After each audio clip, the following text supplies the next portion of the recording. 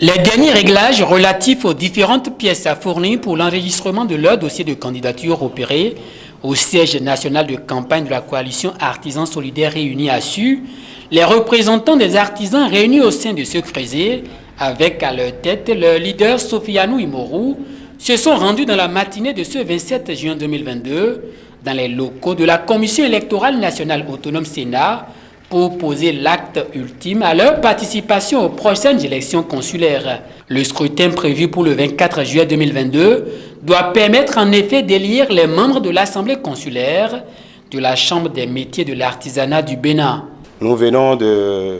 déposer les dossiers de candidature de notre coalition, la coalition Assure, Artisans Solidaires et Unis.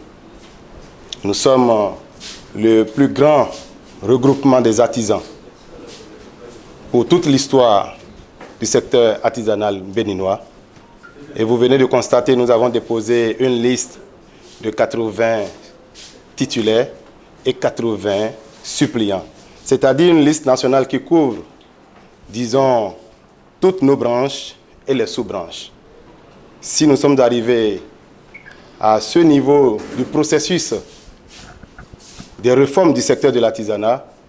c'est une preuve de réussite. Une preuve de réussite pour le réformateur, c'est-à-dire le chef de l'État, son Excellence Patrice Talon, à travers le ministre en charge de l'artisanat, Modeste Tionté Kérékou. Les artisans, vous avez constaté leur mobilisation, parce qu'ils accueillent cette réforme avec beaucoup d'enthousiasme. Les autorités actuelles ont compris que nous pouvons finir avec les approximations et l'amateurisme. L'Assemblée consulaire,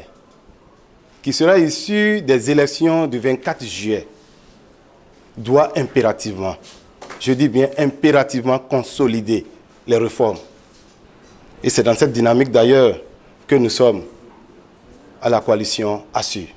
Pour les coordonnateurs départementaux, ce message du premier responsable de la coalition Assure sera fidèlement porté à la base, et ce dans différentes langues nationales. Moi, je suis Ibrima Assure, ni Bénin. Et moi, je suis né, les dossier à candidat Assure, Calais, ni Sénat. Bobo siège, Ogoji. Ogoji Meji, et ici, avec DJ, tant que 80 sièges, le 80 titulaires, 80 suppléants, ti Bénin, ti branche médiajo, on est assis, avoir déposé l'ONI. On vit un peu, egbe to carré bobo Bénin ni, to si jẹ egbe kan, to ni ètò, to dára, ètò rí ìgbà tí a wá déposé ìwé wa, mo rò pé lẹ́yìn ìgbà tí àwọn gbogbo ìwé wa lọ́kọ̀ọ̀kan, ó kúnjú òṣùwọ̀n, ó sì dáa tó. Àwọn sọ pé ní 24 juillet 2022 ẹgbẹ́ Assure yóò gbégbá orókè ní gbogbo orílẹ̀-èdè Benin fún àwọn òṣìṣẹ́ ọwọ́. Ẹgbẹ́ ahome fi mi le Sénat ba ko mi le e je gagner Benin na mi e parti Assure élection le 24 juillet ke gbana e Benin pata e gbe ami be dossier va Sénat et dossier que mi le blon avec la élection wa be dossier titulaire 80 et suppléant 80 et mi va Sénat ba ho et Sénat ba ho e komi do jijoji et bien be npopo me les partis qui la élection l'artisan be côté Assure parti gantoa et mi le bio Benin be duvio patabele le 24 juillet awa me patane to yema yigbe boyin bagaro no man shon ko gun yigbe boyin bagaro yeba shuga Assure yira ga gison na besen bankoko bagaro mi gun bara tete pare se tete bodoge wirugo yeba mo Sénat ils sont portés ça na ka Assure ni siru no man shon ko Benin ten gira ntombo sa wirugibo tomo wene bombu tomo wene yentirela na hana ho yimini sa sorokpa sonyenda ineso yen yoka yigwe bu parogo sina besem Benin ten so yego no man shon ko run pro wuso adasia coalition de mende yo ewe pe wa Sénat din bon mi waro dossier candidat les ton déposé candidat de nayi chambre des métiers, le dossier étant déposé. Ouais. Bon, Beto Kanwe,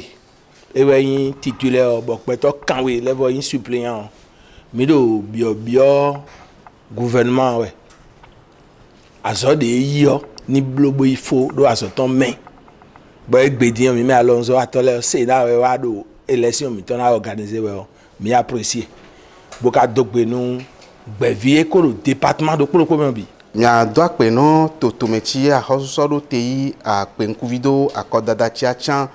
a fasodo te to alondo ato tole a hosukwe yo yuchi e jugami o to sodo te et mi mon chambre des métiers de l'artisanat du Bénin assure mi vaso e wema mechoui mi chan le assume mon wating ya koda hulo yini candidat no assure mi va so we ma so dado Sénat totomecheo wana chechi mi wagbeo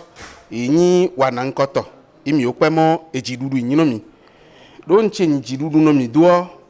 mi o yin totome asu yin totome chi bo alondo ato le Bénin so sugbo so wu do mi ape mi pomo mi chan agbeto chi o ya tin ya so alondo ato fosodote agbeto kave chi ho ate so alondo ato fosodote la hosugbo chi eselonu kodo mechu abodo nu chi wo no mo suppléant imi so le département 8 vélo me les communes 77 lo me do ejidudu enyi no mi mi o isugbo wa me chame no mi so ko lo alondo ato sodote o to to me bude degberi u gan su ibo alondo ato so wure be ni gbajo akpe yin mi adono mi oju ploto akweto bubu jenoto Patrice Talon ti ji mo ya so to meche so do tinu alondo ayin ko le asime o mi oji mo mi wa pledo ya go ni alondo ayin ko yi do ta do mi o tin yi wa to meche ke yi chamo yi re ahan mi adakpe ni imi abio so alondo ato gba mo le nkeke wi vonne no wure chichi me mi aje o imi ya koda kulo o le cha adodito lisi chi ya tin ya so o fo so dote ya tin agolo no mi oju ploto ya londo ayin ko le chin yin lisi chi o asu alola lo me nko yin alondo ato ko depe na titome daho eheni gouvernement ton heni va no mo 3600 alondan na egbe do va to mo si mi bona o pe wa bona va yi akodida mo va to mon Sénat donc mi we dona egbe ye do yo mi mo a déposer dossier 77 communes ton les assure la un titome daho heni pen consido alondan dile Bénin donc titome mi attend la va pe o déposer dossier mais la egbe mi ba pe ou abo te pena gouvernement mi attend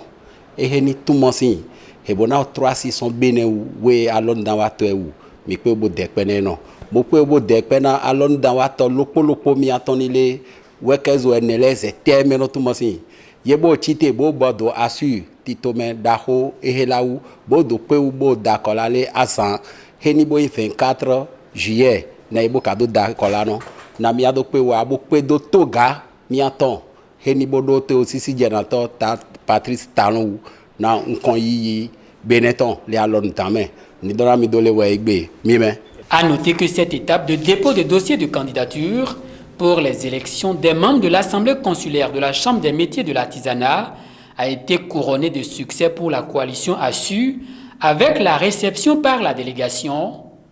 du récépissé provisoire.